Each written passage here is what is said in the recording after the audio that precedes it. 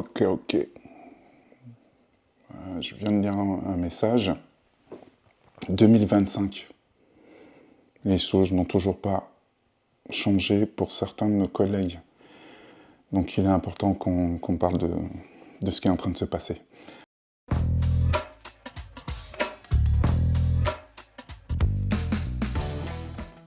Là, je viens d'avoir un message de plusieurs collègues qui me posaient des questions sur la question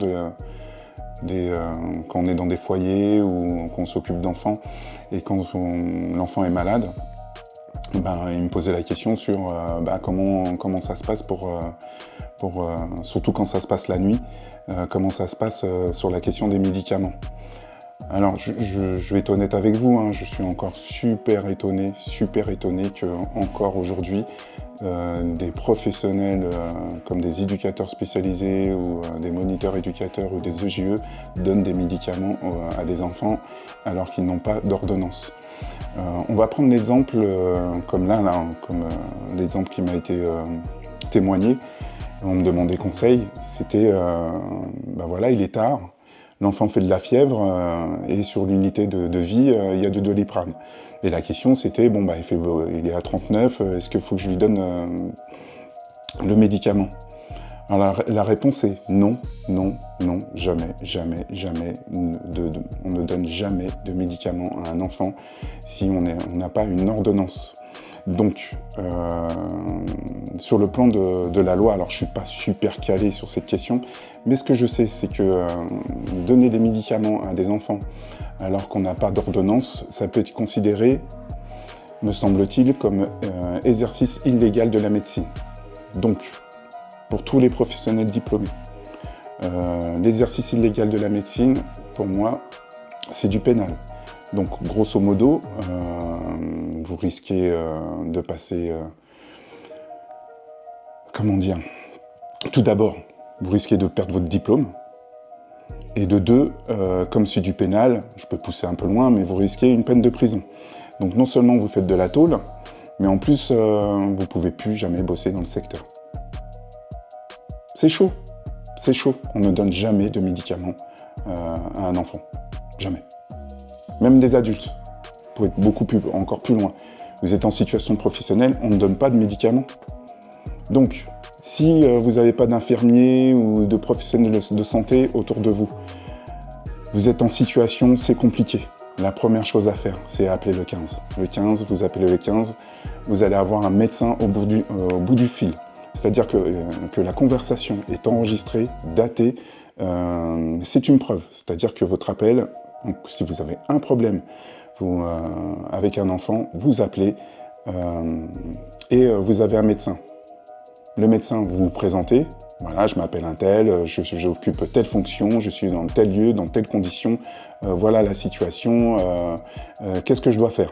Le médecin, c'est lui qui vous dira, écoutez, au vu de la situation, donnez du Doliprane si vous avez, il va vérifier le dosage avec vous, et là, il n'y a pas de souci. Dans le meilleur des cas, quand vous êtes en situation et que vous avez un enfant qui est malade ou un adulte qui est malade, ayez connaissance des antécédents médicaux, si c'est possible.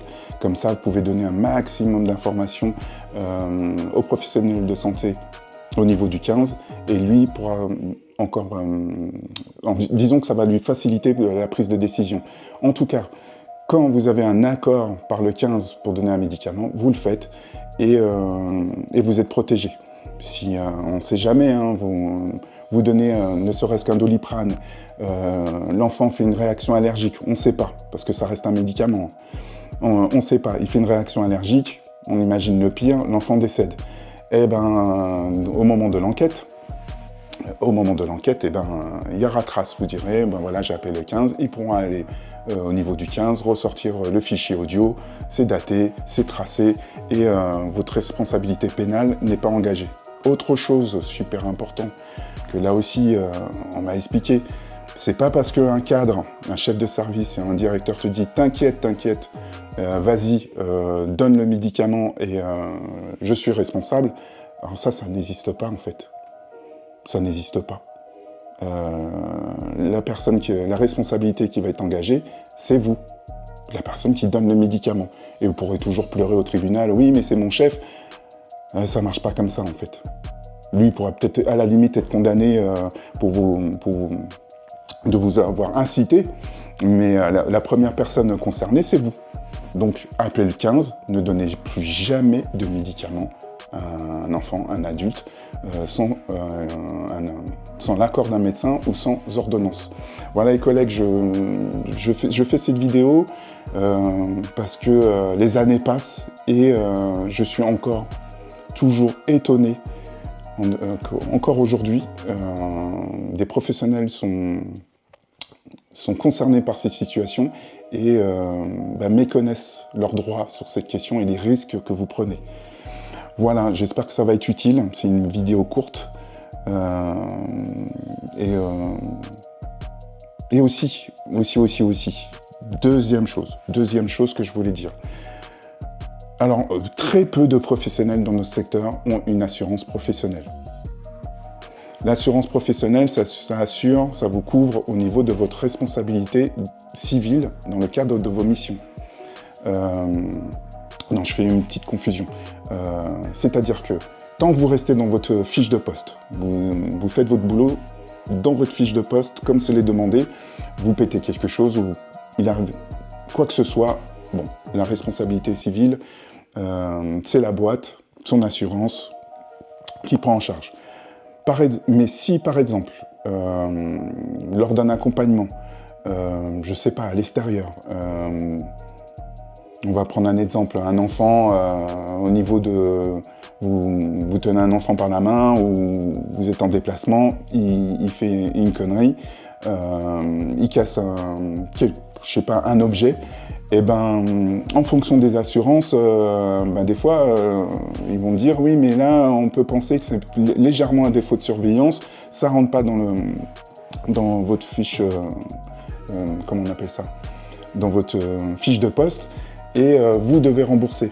Alors quand il s'agit d'un objet, c'est super, enfin je veux dire c'est super, ça va, mais imaginons que ça engage un accident de la route ou quoi qu'est-ce, que la victime, une des victimes, je sais pas, se trouve invalide, a des frais médicaux, tout est à votre charge.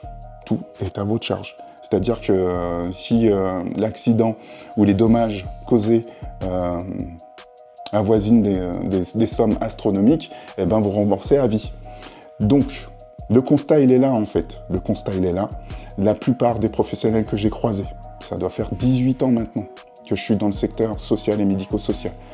Rares sont ceux qui ont une assurance professionnelle qui protège, en tout cas qui prend en charge la question de la responsabilité civile. Renseignez-vous. Par exemple, un professeur, un enseignant a une assurance pro. Les assistantes maternelles ont une assurance professionnelle. Dans le secteur, je pense qu'on est les rares professionnels à être aussi inconscients à travailler sans assurance professionnelle. Alors, en plus, cette vidéo, je la fais rapidement, mais en plus, c'est pas cher. C'est-à-dire que si vous contactez votre assurance, vous dites voilà, j'ai besoin d'une assurance professionnelle dans le cadre de mon métier, voilà, travail social, éducation spécialisée, tout ça. C'est entre 15 et 20 balles par an. Par an. C'est tout. Ça fait réfléchir. Donc prenez soin de vous et je vous dis à bientôt sur la chaîne. Ciao. Ah, j'ai oublié, je fais la conclusion à l'arrache, je dois y aller. J'ai complètement zappé comment fonctionnait le YouTube Game. Mais ouais. Donc cette vidéo pour moi est intéressante. Partagez-la. Ce serait cool que ça fasse le tour, que ce soit relayé pour tout le secteur. Et abonnez-vous, ce serait cool aussi. Bon, cette fois-ci j'y vais. Ciao.